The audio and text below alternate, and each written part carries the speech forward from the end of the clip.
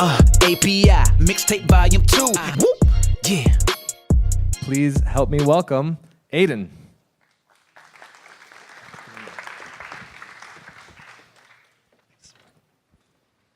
Thank you so much for the nice introduction, and thanks for being such a great audience today, guys. I'm really happy to be here. This is the thing I need. Awesome. So my name's Aidan Cunniffe, and my goal with all the companies I've started over the last couple of years has been to improve the lives of developers. So I spent a lot of time thinking about how we can make developer workflows better. The first company I started was called DropSource, and we became one of the most popular visual tools to build mobile apps. And my new company, Optic, just went through Y Combinator, as I said. And today I want to talk a little bit about kind of a different mindset that I got exposed to by our users actually using Optic in a way that I never really expected that they would. So we're going to talk a little bit about that, and then we're going to talk a little bit about sort of what I see the future of APIs being. So that mental model is actually thinking about APIs as dependencies. And for those of you who aren't developers, when we talk about managing dependencies, which I'm sure you may have heard in passing before, we're really talking about managing the assumptions we make about the software that we build. So every product relies on some code that someone else has written, whether it's a library, a framework, or some third-party API. And it's really important for us as developers to know how that other software behaves, because if it changes, like they make an update and we're sending the wrong data to these APIs, our stuff breaks. So this is actually a really important topic. And we've talked a lot about dependencies over the last 20 or 30 years. We've actually gotten pretty good at managing a certain kind of dependencies. Those are code dependencies, and there are package managers like Composer, NPM, Maven, and SBT, all these tools that make it really easy to manage normal code dependencies. But if you look at the world as it is today, we're using more dependencies in our projects than ever before. We're also using more external APIs than ever before. And this is getting even more complicated because over the last 20 years, we've broken many of these large monolithic services into microservices. So where there may have been 3 or 4 systems that ran a big company, today there's several hundred or several thousand that all have to interoperate with each other. So the first kind of dependency that I think we all are really familiar with, I like to think of as explicit dependencies. And these are the dependencies that we import. So we have a manifest file somewhere, we pick a package, and we pick sort of a version, and then we can use whatever that code is, and the package manager sort of makes sure that we always have the version we expect. And these are actually really easy. We've done a good job of sort of managing these with package managers. But I'd argue there's sort of a whole other kind of dependency that we don't even think about, which is sort of the iceberg under the waterline. And those are implicit dependencies. And I think of implicit dependencies as related code. So you can see here on the left is a really simple Hello World API endpoint written in Express.js. And implicit dependency, some other code that might have an implicit dependency on that would be this code in Scala that actually calls this API. So across all of our code bases, we have these implicit dependencies. They're not really documented anywhere. And we're the ones who are basically manually figuring out how to connect all these things together. And that's difficult, made even more difficult by the fact that we often have to do this across programming languages. So we can't use the same language to connect to the API sometimes. Sometimes we're working completely different code bases. We also don't get any compile time feedback. So when we write code that doesn't work properly, that won't connect properly to the API, like it's using the wrong headers or the wrong parameters or whatever, we actually get no feedback until we run that code, which is it's just as invalid to send the wrong parameters to an API as it is to send the wrong arguments to a function, and yet we don't get feedback until we run the code and it breaks. And another thing that makes this really complicated is that we get every update, especially when we're using a third-party API. So this is super complicated because other people's, like Facebook releases an update, and now we have to go update all of our code to make sure that our code works with this too. So all of this just becomes very complicated. And the way we do this today is somebody, hopefully, doesn't always happen, but somebody writes documentation. We then publish that documentation somewhere, and then a human on the other end has to read that documentation, figure out a mental model of that API in their head, and then write code. And as we all know, this is sort of like the best path there is today, but it's very slow, it's very boring, and it's exceptionally error prone. This takes a long time to get right, and yet this is the state of the art. And there's also an unhappy path. This is the thing that gives me the night tremors, is when the documentation is out of date. That's really annoying. Also, I really don't like it when people send me Slack messages like this, because I know that they're going to ask me the same thing in 2 months. And the thing I really don't like is when I'm sitting at my desk and a bunch of people swarm me and ask me how things work. And all of these things happen, and documentation is a much better route. But all this sort of got me thinking, wouldn't it be great if our tools understood all these implicit relationships between our code bases so that we could automatically connect to any API, and we could have our code updated whenever an API we depend on changes. Basically, I'm describing a package manager for APIs. And one of the biggest shocks for me going through YC over the summer and getting our product in the hands of our initial users is that they all basically started using it as that package manager for APIs. So Optic is an open source tool that I created. We're MIT licensed, and our goal is to automate all the routine parts of programming, the really boring stuff that we'd rather have computers help us with. It's based on a two-way code generator that I created that allows you to generate different boilerplate and glue code, but what's really special about it is it's able to help you maintain the code it generates over time. So it actually seems like this is a really good fit for this ideal package manager for APIs. And to really make this work, what you'd need is a system that can understand code. And I don't just mean understanding sort of the text or the ash tree. It's got to be able to basically document the code as well as a developer could. It needs to understand the relationships between code, so it has to know, this repository is depending on APIs from this other repository. And it has to be able to patch the code in a really clean way. We don't want to destroy developer comments or custom formatting or source code that's been written. So Optic's actually pretty good at all of these things, and I'll show you a little bit about how this works now. So here's another really simple API endpoint on the left.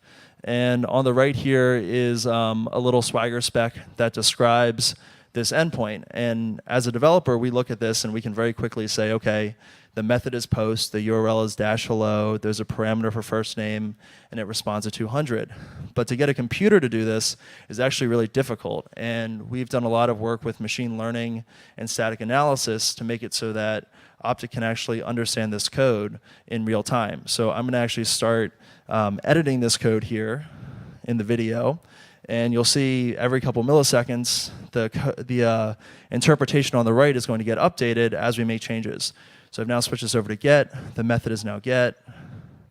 I'm updating the URL. That also got updated. I'm going to add another parameter, so it returns hello first and then my last name. And you'll see instantly it adds the other parameter there to the spec. And again, this is just all happening with static analysis. And I'm going to do one more thing here. I'm going to add a optional header that changes that greeting from hello to something else.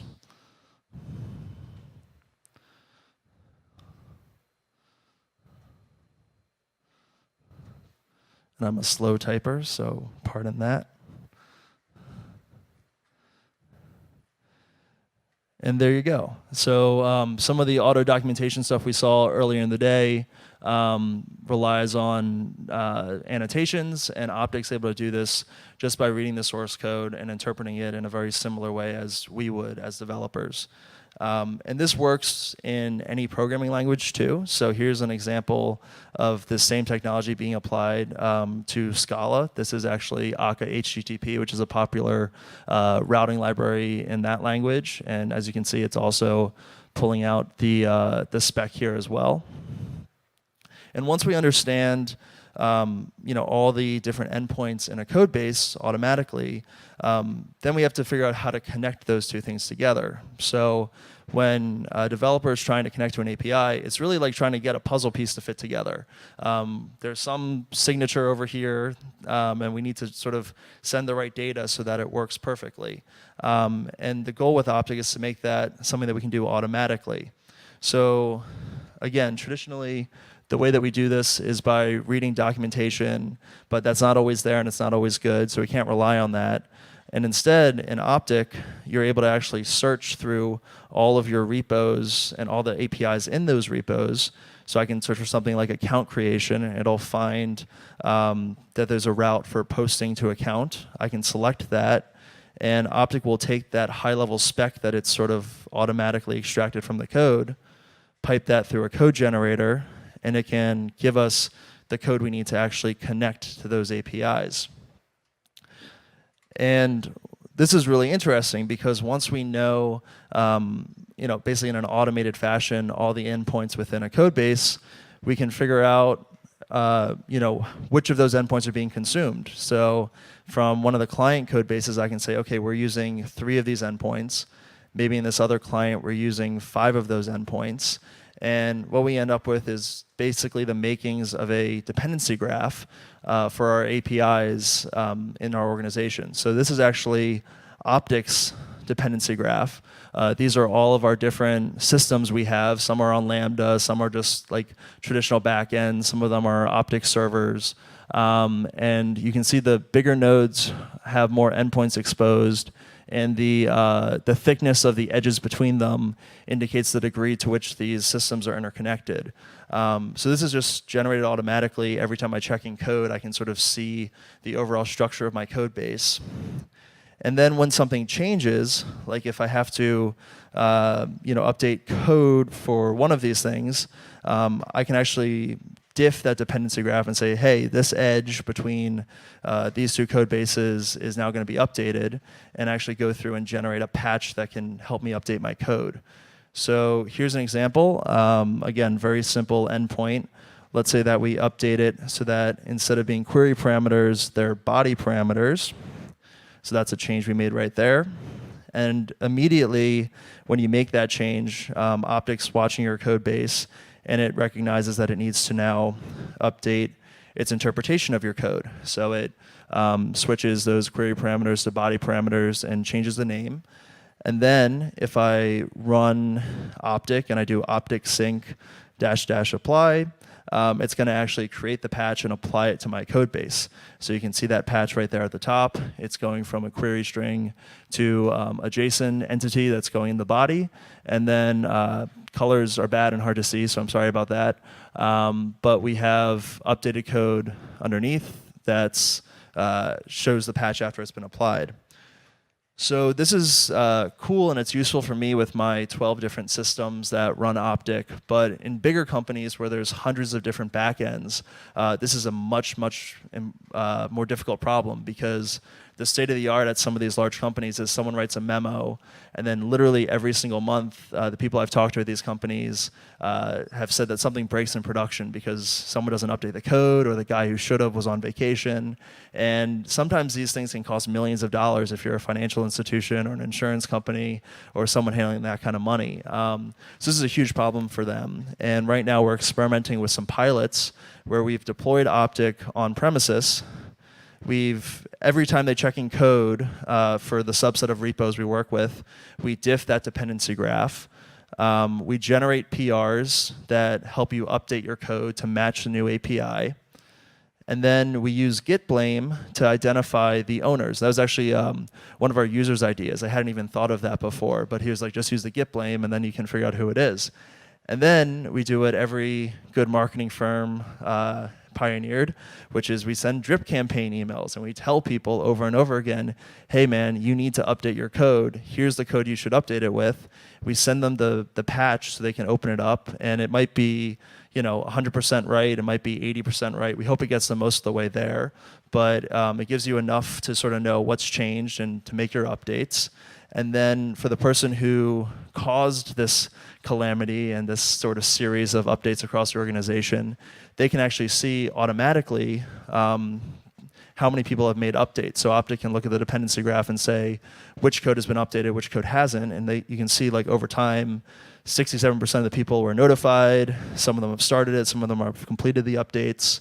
But as time goes on, you can see now maybe 70% of the people have completed it, and maybe some of the people are blocked now. And ideally, over the course of 2 or 3 weeks, you get to this happy state where 100% of the code in your organization, maybe dozens of different repos that rely on this API, have all been updated. We've made it really easy for people, and you have the confidence now to coordinate a big push to production without breaking stuff along the way. So that's a little bit about what we do. We've only been out for 3 or 4 months, but we've learned a lot, and we're continuing to grow.